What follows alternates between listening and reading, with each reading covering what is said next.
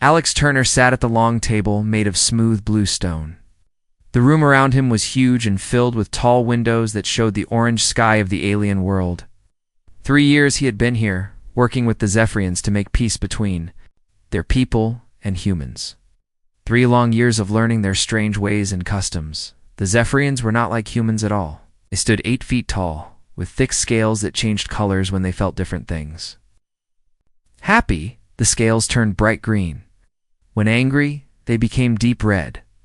When scared, they faded to pale yellow. Alex had learned to read their moods just by watching their skin. Today, their leader Kazith had scales of calm blue as he signed the papers that would let humans mine on the small moon they both wanted. The treaty was almost finished. Alex felt good about the work. His wife Kate and his 2 girls back on Earth would be proud. He had built a bridge between 2 different kinds of people who lived among the stars. "This is a good day for both our peoples," Alex said in the Zephyrian language. He had worked hard to learn their words. The sounds were difficult for human mouths to make, but he tried his best. Kazith nodded his large head. "Yes, human Turner. Your people will help us grow strong, and we will share the riches of the moon. It is fair." Alex smiled and reached for his pen to sign the last page. That was when the doors burst open. 20 Zephyrians in black robes rushed into the room. Their scales were burning red with anger. They carried long curved knives and ropes. Alex had never seen anything like it. These were not the same Zephyrians he had been working with for years. These ones looked at him with hate in their yellow eyes. "Stop this madness!" Kaza stood up quickly. His scales turned bright red too, but not with anger like the others. His was the red of fear. "This human is our guest. He is protected by our laws." The leader of the black-robed group stepped forward. His scales were so dark red they looked almost black. "Your laws are weak, Kazith. This human brings dirt to our sacred traditions. He must be cleansed by fire." Alex felt his heart start beating fast. He knew what fire meant to the Zephyrians. They burned their dead heroes to send their spirits to the next world. They thought fire made things pure and clean. But Alex was not dead, and he was not one of their people. "Please," Alex said, standing up slowly with his hands where they could see them. "I came here in peace. I have a family on Earth, a wife named Kate and 2 daughters. Lucy's only 8 years old. Emma's 10. I just want to go home to them." Leader of the group laughed, but it was not a happy sound. "You speak of family, but you have no respect for ours. You come to our world and act like you belong here. You touch our sacred stones with your dirty hands. You breathe our air and make it unclean." "That is not true," Kazith said. "The human has shown great respect for our ways. He has learned our language and our customs. He has brought gifts and friendship. The black-robed Zephyrians did not." "Listen." They moved forward and grabbed Alex before he could run. Their hands were strong and their claws were sharp. They tied his hands behind his back with thick rope that hurt his skin. "Let me go," Alex said. "This will start a war between our peoples. Is that what you want?" The leader smiled, showing his sharp teeth. "War. Your people are soft and weak. They care more about making money than fighting. They will cry and complain, but they will do nothing. They are not warriors like us." They dragged Alex outside into the orange light of the alien sun. In the center of the courtyard was a tall pile of dry wood. Alex had seen these before, during Zephyrian ceremonies. They called it a pyre. They burned things on it to honor their gods. Alex felt sick when he saw it. They were going to burn him alive. "Please," he said again. "I have children. They need their father. I have done nothing wrong. I came here to make peace." More Zephyrians came out to watch. Some looked scared and unhappy, but they did not try to stop what was happening. The black-robed ones were too strong and too angry. They tied Alex to a wooden post in the middle of the pyre. The dry wood was piled up around his feet. It smelled old and dusty. Alex could see Kazith in the crowd. The leader's scales were now pale yellow with fear, but he did not move to help. One of the black-robed Zephyrians brought out a recording device. He pointed it at Alex and the pyre. "We will send this to your people," he said. "They will see." What happens to those who try to dirty our sacred world? Alex thought about Kate and the girls. He hoped they would not see this. He hoped someone would turn off the recording before it reached Earth. But he knew that was not likely to happen. Leader picked up a burning torch. The flames danced in the orange light of the alien sun. "This is what happens to those who do not respect our ways," he said loudly so everyone could hear. "Fire will clean the dirt from our world." Alex tried one more time. "My people will not forget this. They will come for me. They will want to know why you killed someone who came in peace." The leader laughed again. "Let them come. We are not afraid of soft humans who hide behind machines." Alex closed his eyes and thought about his family. He thought about Kate's smile and the way his girls laughed when he told them stories. Thought about the small house they lived in back on Earth. With the blue sky and white clouds that looked nothing like this orange world, he opened his communication device with his voice. "This is Ambassador Alex Turner," he said. "I want my family to know that I love them. Tell Kate that I tried to build something good here.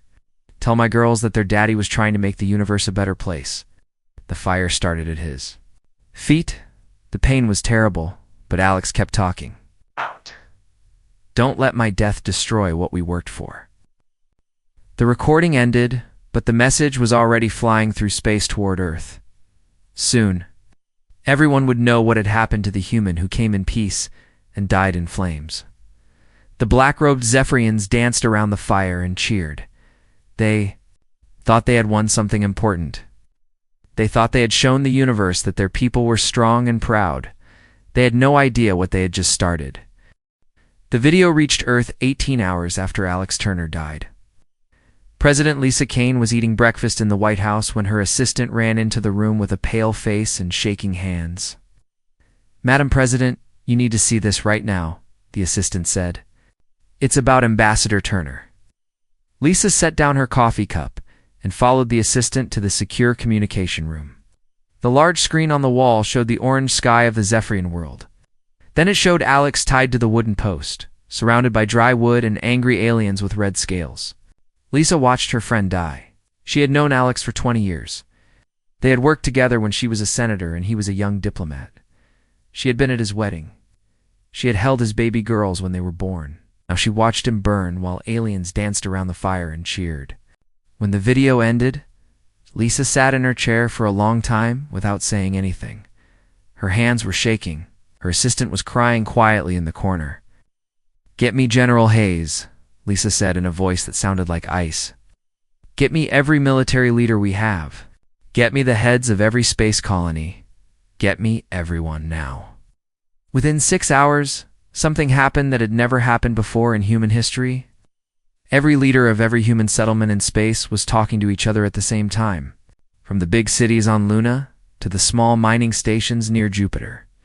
From the farming colonies on Mars to the research bases at the edge of the solar system, they all watched the same video. They all saw Alex Turner die. General Patricia Hayes stood in the war room deep under the Pentagon. Around her were screens showing human settlements across the galaxy. Each screen showed a different leader, but they all had the same look on their faces: cold anger. "The Zephyrian government has sent an apology," General Hayes said. "They say they are sorry. They say they killed the ones who did this. They say it will not happen again." "That's not enough," said Governor Rick Stone from the Mars colony. His voice was hard as steel. "They murdered one of our people, burned him alive on camera for the whole galaxy to see." "The mining unions are already stopping work," said Captain Lynn Davis from the asteroid belt. "Every human worker in space wants to join the fight. They're asking when we go to war." "War?" said Dr. Carl Brooks from the research station near Pluto. "We're talking about an entire alien civilization. They have hundreds of worlds, billions of people. We're just one species that barely left our home system 50 years ago." President Kane's face filled the main screen. Everyone went quiet. "They made a choice," she said. "They chose to torture and murder a man who came to them in peace. A man who left his family to try to build friendship between our peoples. They chose to film it and send it to us like some kind of threat." "Are you saying Madam President?" asked Admiral Tony Clark from the fleet base near Earth. "I'm saying we show them what happens when you hurt humans," Lisa said. Alex Turner was not just a diplomat. He was a father, a husband, a friend.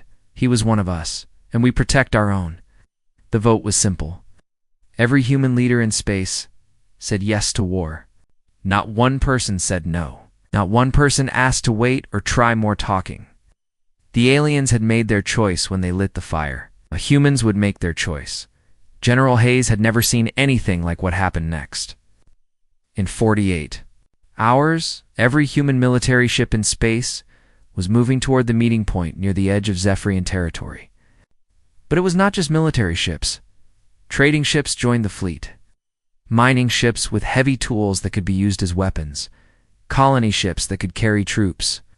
Even small pleasure craft with rich people who wanted to fight. Everyone who could fly a ship was coming.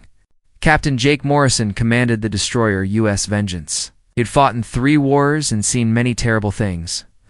But he had never seen humans move so fast, or with so much anger. "Why are they all coming?" asked his young officer, Lieutenant Gary Price. "This isn't their fight." Most of these people never even met Ambassador Turner. Jake looked out at the growing fleet around them. Thousands of ships were gathering in space. More arrived every hour. "You don't understand," he said. "They didn't just kill Turner. They killed the idea that humans can trust aliens to be civilized. They killed the idea that we can solve problems by talking. They showed the whole galaxy that they think we're weak." "Are we weak?" Gary asked. Jake smiled, but it was not a happy smile. "Kid, humans have been killing each other for thousands of years. We got good at it, real good. We just stopped doing it because we found better things to do. But when someone threatens our family, when someone hurts our people like this, we remember what we used to be." The alien governments were watching too. The Altarian Republic, who had been trading with humans for 20 years, sent urgent messages asking humans to be calm. The Centauri Federation offered to help solve the problem with words instead of weapons. Ambassador Carol White was Earth's representative to the Galactic Council. She sat in her office, reading message after message from alien leaders who were scared about what humans might do. "Tell your people to stop," said the message from the Andromedan Empire. "War will hurt everyone. The Zephyrians are sorry. They have punished the guilty ones. What more do you want?" Carol sent back a simple message to every alien government in the galaxy. "You want to know what we want? We want every species out. They're to understand that humans don't start fights, but we finish them. We want them to know that when you hurt one of us, you hurt all of us. We want them to know that being peaceful doesn't mean being weak." Admiral Christina Bell arrived at the fleet gathering on the massive battleship U.S. Liberty. She had never commanded so many ships before. Earth had built a huge military over the years, but most of it had been used to protect human colonies from pirates and small threats. No one had ever thought they would need to fight a real war against an alien civilization. "How many ships do we have?" she asked her staff. 8,000 combat ships, said Commander Frank Lopez. 12,000 support vessels, 2 million troops. And more coming every day. "What about the Zephyrians?" "They have about 20,000 ships, Admiral. Their military is bigger than ours." "They've been fighting wars for 1,000 years. Admiral Bell nodded. "Numbers don't matter. They think they understand humans because they met our diplomats and traders. They think we're soft because we try to solve problems with words first. They're about to learn why every predator on Earth was afraid of humans long before we built spaceships." The Zephyrian government sent more messages. They offered to pay money for Turner's death. They offered to build a statue in his honor. They offered to give humans everything they had wanted in the original treaty and more. Admiral Bell's answer was broadcast on every frequency. "The aliens used Ambassador Turner came to you in peace. He offered friendship and trade and cooperation. You answered with fire and screams and death. Now you will learn what happens when you make humans angry. We're coming." The fleet that gathered at the edge of Zephyrian space was the largest military force humans had ever assembled. Ships from every colony, every corporation, every nation on Earth. Rich people and poor people, soldiers and civilians, all united by the same terrible anger. They had seen one of their own murdered for trying to build peace. Now they would show the galaxy what humans did to those who chose war. The war began on a Tuesday morning when the human fleet crossed into Zephyrian space. The aliens were ready for them. They had moved their ships into position and prepared their defenses. They expected the humans to attack their military bases and fight like civilized people. They were wrong. Lieutenant. Commander Ben Phillips sat in the captain's chair of the stealth ship, U.S. Shadow. His orders were simple, but strange. He was not supposed to attack military targets. He was not supposed to destroy cities or hurt civilians. Instead, he was supposed to make the Zephyrians afraid. Target the mining station on asteroid ZX-7. Ben told his crew, just like we practiced.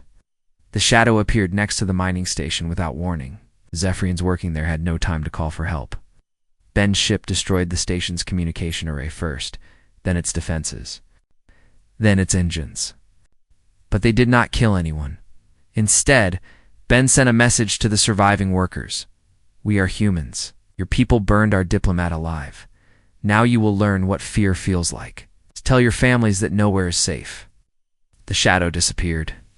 Before any Zephyrian military ships could respond, the workers were left floating in space in their escape pods, watching their station burn and wondering where the humans would strike next. This happened at 50 different places on the same day. Human ships appeared from nowhere, destroyed something important, sent a scary message, and vanished. Trading posts, communication stations, fuel depots, research labs all hit at the same time. The Zephyrian military leaders sat in their war room looking at reports from across their space. General Vex, the most experienced Zephyrian warrior, stared at the star map showing all the attacks. How are they doing this? He asked his officers. Our sensors show nothing. They attack and disappear like ghosts. This is not how wars are supposed to be fought. Maybe we should ask for a meeting, suggested Colonel Czar. Could arrange a formal battle between champions, like in the old traditions. General Vex nodded. Yes, the humans will understand honor combat. All civilized species respect the old ways. But the humans did not understand, and they did not care about alien traditions. Captain Steve Miller commanded the heavy cruiser U.S. Retribution. He had lost 3 friends when the Zephyrians ambushed a human supply convoy. When the aliens sent their formal challenge for single combat between champions, Steve's response was simple. Honor, he said into the communication device. Want to talk about honor? Honor was a man sitting at a table trying to make peace. Honor was Ambassador Turner dying with dignity while your people danced around the fire. You burned honor when you burned him. Now you get war. The Zephyrian championship arrived at the meeting coordinates expecting to fight 1 human ship. Instead, they found 30 human warships waiting for them. The champion tried to explain that this was not how honor combat worked, but the humans did not listen. The alien ship was destroyed in less than 10 seconds by a concentrated fire from all 30 human vessels. The explosion was so bright it could be seen from 3 planets away. Captain Steve's message to all Zephyrian forces was broadcast across their space. We don't fight by your rules anymore. You broke the rules when you murdered our diplomat. Now there are no rules. Colonel Maria Santos led the human forces that the aliens started calling ghost ships. Her fleet of 60 stealth vessels could appear anywhere in Zephyrian space without warning. They struck at military bases, destroyed supply lines, and vanished before reinforcements arrived. How do we fight enemies we cannot see? General Vex asked his staff after losing another base. Maybe we should surrender, suggested Colonel Czar. The humans seemed very angry. Perhaps if we apologize again. No, General Vex said. We have been warriors for 1,000 years. We will not bow to these young humans who only learned to travel between stars 50 years ago. But the human attacks were getting worse. They started targeting the aliens' pride instead of just their military. Human ships appeared over Zephyrian colonies and projected images of Ambassador Turner's death onto the clouds. They hacked into alien communication networks and replaced entertainment programs with footage of the burning. Everywhere the Zephyrians looked, they saw the human diplomat dying in flames. They could not escape the image. They could not forget what their people had done. Dr. Helen Adams was a human scientist who studied alien psychology. She worked with the military to create new ways to break the enemy's will to fight. Fear is just the beginning, she explained to Admiral Bell. We need to make them feel guilty. We need to make them understand that they started this war by doing something unforgivable. The psychological attacks worked better than anyone expected. Zephyrian soldiers started surrendering without fighting. Whole planets declared themselves neutral and asked the humans to leave them alone. The alien government received thousands of messages from their own people, asking why they had provoked the terrifying humans. Admiral Bell watched the war progress from her command ship. The humans were winning, but not because they had better technology or more ships. They were winning because they fought differently than any species the Zephyrians had ever faced. "Status report," she asked Commander Lopez. 15 Zephyrian worlds have surrendered, he said. Their main fleet is trapped in the Kepler system with no way to escape. Their government is asking for peace talks every day. What about casualties? Very light on our side, Admiral. The Zephyrians can't fight what they can't see. Our stealth technology is giving us a huge advantage. Admiral Bell nodded. I want them to understand that this could have been avoided. Turner came to them, offering friendship. They chose violence. Now they're learning what human violence really looks like. The other alien governments were watching the war with growing fear. The Altarian Republic sent urgent messages to their allies asking if anyone knew how to stop the humans. The Centauri Federation started building up their own defenses, worried that humans might attack them next. Ambassador Carol White received a visit from every alien diplomat on the Galactic Council. They all wanted the same thing, for humans too. Stop the war and return to peaceful negotiations. Your people are acting like savages, said the Andromedon representative. This is not how civilized species behave, or should have rules. There should be honor and dignity. Carol looked at the alien diplomats with cold eyes. Ambassador Turner was civilized. He followed your rules and your customs. He came in peace and died in agony. You want to see savages? You created them when you burned our diplomat alive. The war continued for 6 months, but the outcome was clear after the first few weeks. The Zephyrians could not fight an enemy that appeared from nowhere, struck without warning, and disappeared before they could respond. Their military was designed to fight other aliens who followed the same rules and traditions they did. Humans did not follow alien rules. They had spent thousands of years killing each other and had gotten very good at it. They understood that in real war, the only rule was winning. By the end of the 6th month, the Zephyrian civilization was broken. Their fleets were destroyed, or hiding. Their colonies were either surrendered or abandoned. Their government was begging for mercy from the humans they had once thought were weak and soft. The galaxy had learned a new lesson: never make humans angry. The message came on a cold morning in space. Admiral Christina Bell was drinking coffee on the bridge of the UES Liberty when the communication officer turned to her with wide eyes.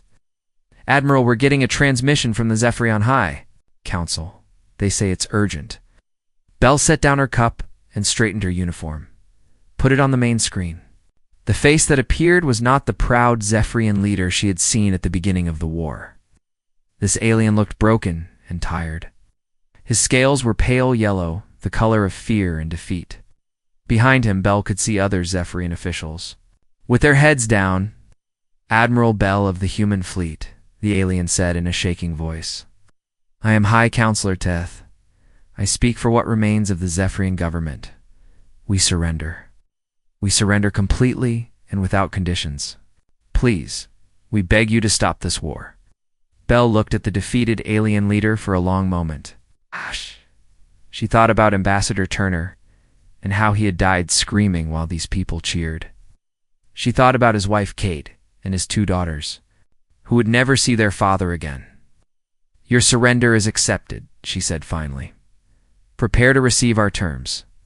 The surrender of the Zephyrian Collective was broadcast across the galaxy. Every alien government watched as the proud warrior species that had ruled dozens of worlds for 1,000 years bowed down to the humans they had thought were weak. President Lisa Kane stood in the rose garden of the White House. Next to her were Kate Turner and her 2 daughters, Lucy and Emma. The girls held flowers that they would place on their father's grave later that day. Let this be a lesson to every species among the stars, Lisa said to the cameras that would carry her. Words across the galaxy. Humanity offers friendship to all who will take it.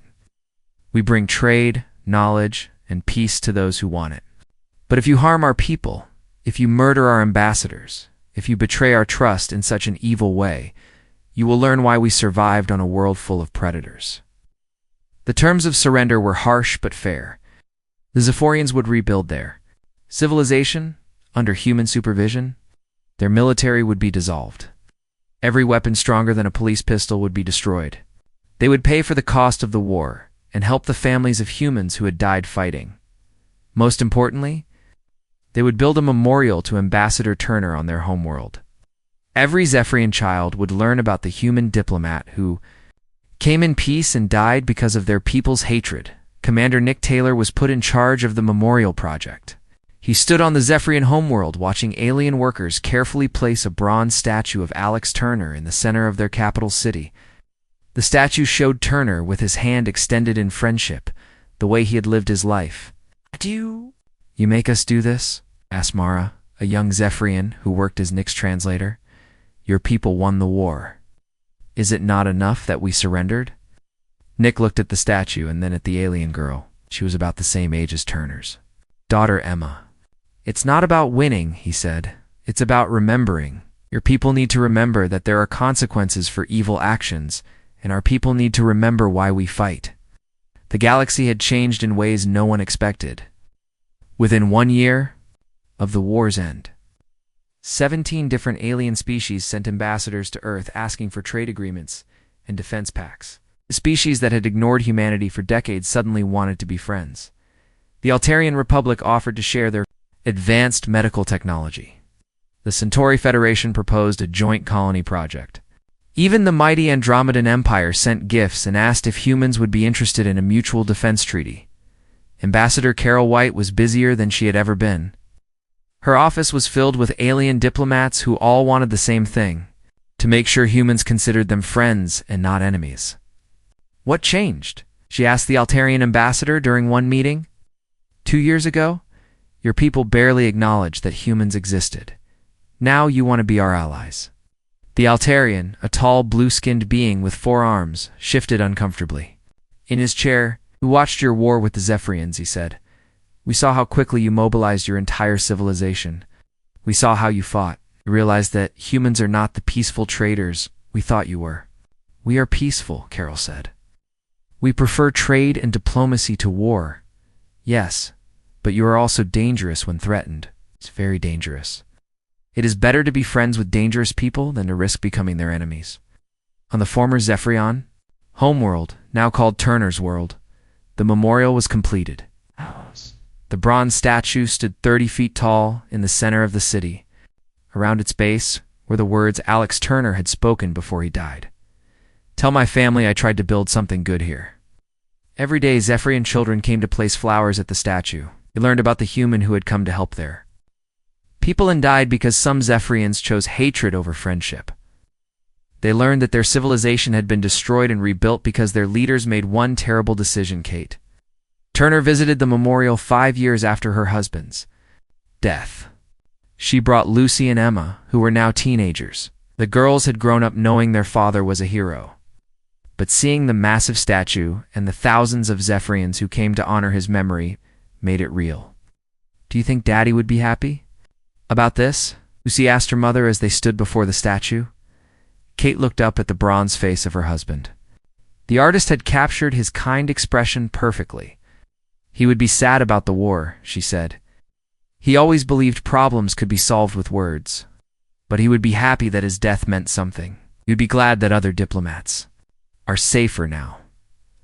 A young Zephyrian girl approached them shyly. Her scales were the bright green of happiness mixed with the blue of respect. "Are you Ambassador Turner's family?" she asked in careful English. "Yes," Kate said. "I'm his wife." "These are his daughters?" The girl handed Emma a flower. "My teacher says your father was a good man who tried to help us. I'm sorry. My people hurt him. I promise to always remember." "Ugh." Emma took the flower and smiled. "Thank you. That means a lot." General Patricia Hayes retired from the military after the war. She spent her final years writing about the conflict and teaching at the War College. Her most famous quote was carved into the wall of the Pentagon: "Humans don't start wars, but we finish them." We learned that lesson in caves and cities on Earth. We taught it to the Zephyrians among the stars. The war had lasted only 6 months, but its effects lasted for generations. No human diplomat was ever attacked again. No human trade ship was ever pirated. No human colony was ever threatened by alien forces. The galaxy had learned a simple truth.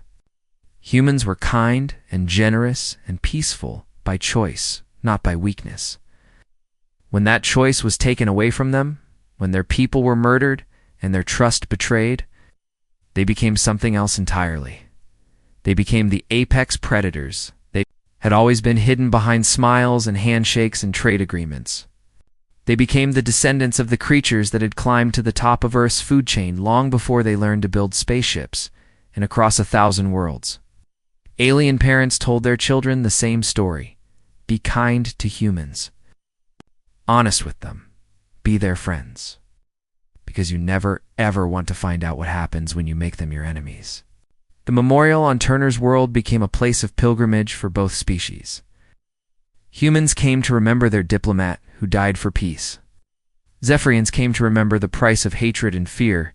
In the end, Alex Turner's death had accomplished what his life could not.